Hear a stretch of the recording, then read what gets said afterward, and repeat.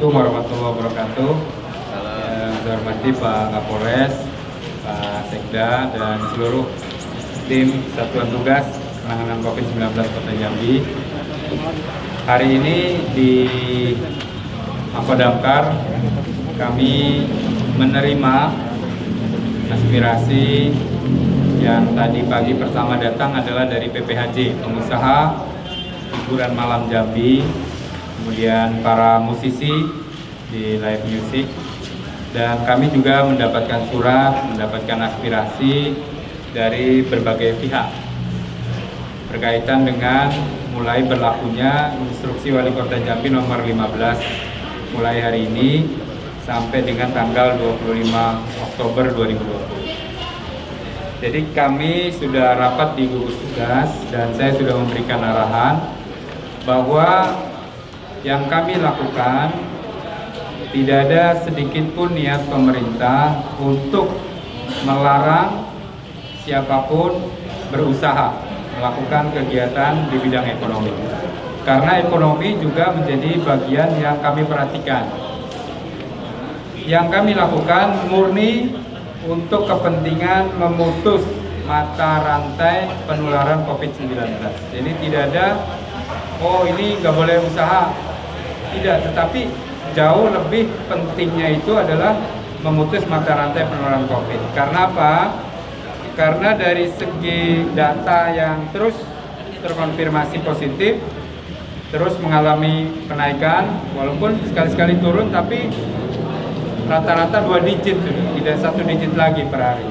Kemarin 18, bahkan pernah tertinggi 42. Oleh karena itu, gugus tugas mempertimbangkan kalau penambahan kasus terus tinggi, sementara angka kesembuhan tidak berimbang dengan yang terjangkit, yang terkonfirmasi, maka pada titik tertentu akan ada kejenuhan, ketidakmampuan dari ruang-ruang isolasi. Kemarin sore saya dengan Pak Gubernur, Pak Kapolda, Pak Danrem melihat ke Diklat yang hari ini digotong royong TNI Polri dan lingkungan hidup untuk menyiapkan. Oleh karena itu, maka perlu satuan tugas mengeluarkan instruksi ini.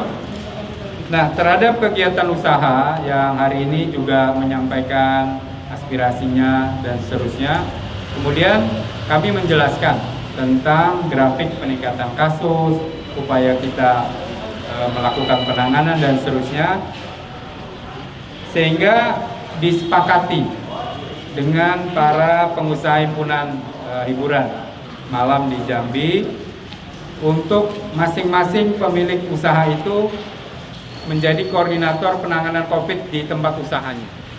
Kemudian bertanggung jawab terhadap penerapan protokol kesehatannya dengan memberikan simulasi kepada gugus tugas.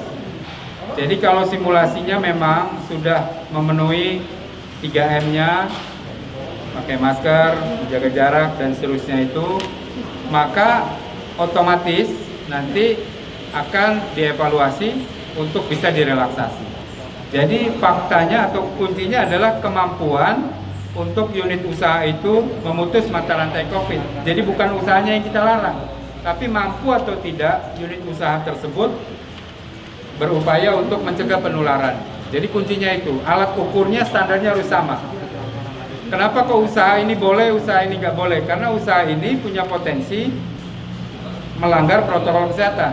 Kalau unit usahanya itu sudah mampu memberikan kesepakatan dengan gugus tugas, dengan Satgas, dan ada simulasinya seperti ini, menjaga jaraknya seperti ini, pakai maskernya, kalau ada petugasnya tidak pakai masker, mereka siap menegur dan bahkan siap didenda, siap disegel. Maka nanti kelompok-kelompok yang sudah siap ini tentu melalui asosiasinya. Jadi kami memberikan kesempatan kepada semua para pelaku usaha untuk bersama-sama membangun asosiasi, kebersamaan, kemudian berdiskusi dengan kita, dengan Satgas itu. Jadi prinsipnya semua usaha baik hiburan malam, termasuk kegiatan olahraga seperti kolam renang, fitness dan lain-lain, selagi mampu menunjukkan simulasi dan komitmen untuk tidak melanggar protokol kesehatan, maka instruksi ini akan direlaksasi khusus mengenai hal itu. Kemudian untuk area publik, karena tingkat kepatuhan masyarakat terhadap menggunakan masker yang dilakukan sanksi denda itu semakin hari turun, artinya ada peningkatan kepatuhan, maka area publik yang pada instruksi nomor 14 ditutup, sekarang direlaksasi dengan dibuka. Jadi Tugu Keris misalnya, kemudian Danau Sipin, hutan kota itu dibuka, direlaksasi. Silakan melakukan aktivitas, tetapi khusus untuk kulinernya belum boleh makan di tempat. Sambil kita mengevaluasi, kalau tingkat kepatuhannya tinggi, maka relaksasi berikutnya akan dibuka lagi. Jadi kapan relaksasi itu akan dibuka tergantung dari kepatuhan kita bersama di lapangan. Ya, jadi masih ada 491 orang yang melanggar. Itu yang ketangkap yang melanggar. Badan usaha, tempat usaha. Nah, jadi kalau tinggi kepatuhannya, baik yang masker maupun tempat usaha, maka relaksasi akan kita lakukan. Karena kita juga tidak ingin menghalangi usaha, tetapi kita tidak ingin kasus ini tidak terkendali. Jadi dua sisi inilah yang terus menjadi pertimbangan. Jadi untuk area publik sudah direlaksasi, tetapi belum di loss gitu ya. Karena kalau kita loss nanti kembali lagi perilaku masyarakat belum teredukasi dengan baik. Jadi kalau nanti di tempat umum yang menggunakan masker udah 100%, baru dievaluasi lagi instruksi ini direlaksasi untuk boleh makan di tempat. Kemudian untuk kafe, yang boleh buka itu adalah cafe shop, orang yang duduk untuk minum kopi dan snack lain. Kepatuhan yang dinilai di situ adalah menjaga jarak, karena semua orang buka masker. Jadi kapasitasnya nggak boleh lebih dari separuh, kemudian di tempatnya ada aturan jaga jarak. Kalau ada live music juga dibolehkan, tetapi tidak membolehkan pengunjung bernyanyi. Jadi yang nyanyi hanya orang yang memang profesinya menyanyi dan tidak kontak dengan siapapun. Nah, itu yang tadi disepakati dengan rekan-rekan asosiasi. Bagi para pelaku usaha lain yang merasa terdampak akibat dari instruksi ini, agar datang saja ke Mako Damkar, tapi tidak mungkin kami terima satu-satu, tapi perwakilan dari asosiasi itu.